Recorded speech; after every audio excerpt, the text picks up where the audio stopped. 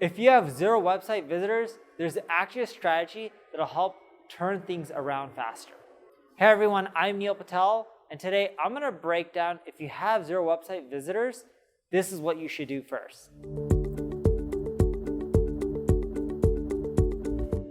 Before we get started, make sure you subscribe to this channel, and if you're on YouTube, click the alert notification. So let's start going. Step 1, identify keywords and topics that you can win on today. So go to Ubersuggest, type in any keyword related to industry. You'll then see a report that ends up showing you how popular that keyword is, how much traffic it gets, how many clicks go to people's websites. And what I want you to do is go look on the left-hand navigation and click on keyword ideas. And then if you're not logged in, make sure you're logged in, but this report shows you all the keywords that you could potentially rank for. I want you to then click on the keywords I can rank for button, and then in that box, put in your URL. What Ubersuggest is doing is it's analyzing your website, how many people link to, your authority, what you could potentially rank for, and then it filters out all the keywords and shows you what keywords have the biggest potential for you to rank for right now. And if you do that, you now have a list of keywords that are the best fit for your website. And the next thing that you'll want to do is filter them based on intent. So some of the keywords, even though you can rank for, if the products and services that you offer don't align with that keyword, you don't want to go after it. You want to instead go after the ones that are really ideal fit. Step 2, learn from your competitor's strategy and spot opportunities. I want you to now use the Ubersuggest competitor analysis reports. A great example of this is the backlinks report. So if you go to the backlinks report, you can put in any competitor URL and it'll show you their backlinks. And when you end up doing that, you go like, hey, maybe I should go after these links. Maybe some of those sites already linked to me. Maybe some of them don't.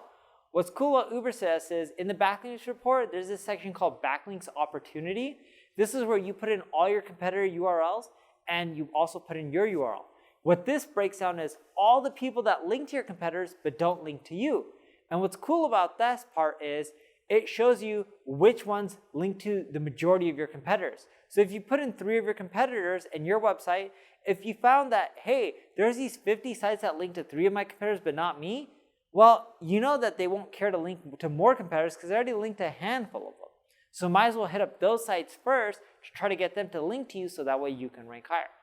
Another thing that I like doing with competitor analysis is looking at the top pages.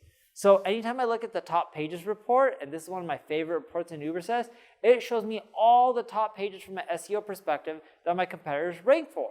Now, I take this data to then figure out, all right, what pages of content should I create that I haven't created yet, and what are all the keywords that that page ranks for my competition? So now I have a list of keywords, and what are all the people linking to them, because it also shows you all the backlinks. So then now you have a list of keywords when you're creating your content, and you have a list of sites to hit up to also get to link back to you.